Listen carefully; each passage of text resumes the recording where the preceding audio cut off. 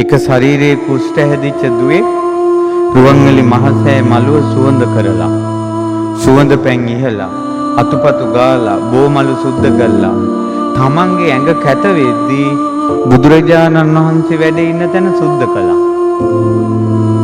ඒ පින් බලෙන් කුෂ්ඨ නැති වුණා මේ ජීවිතේම.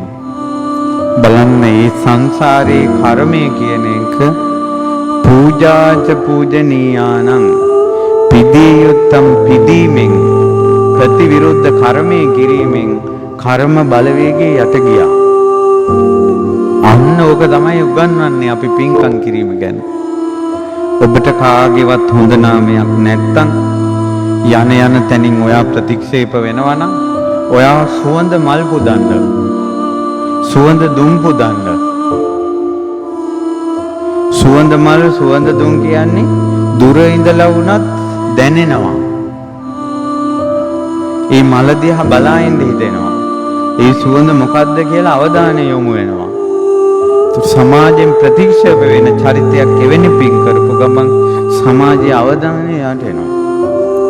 අනිත් අයගේ ආදරය යට එනවා.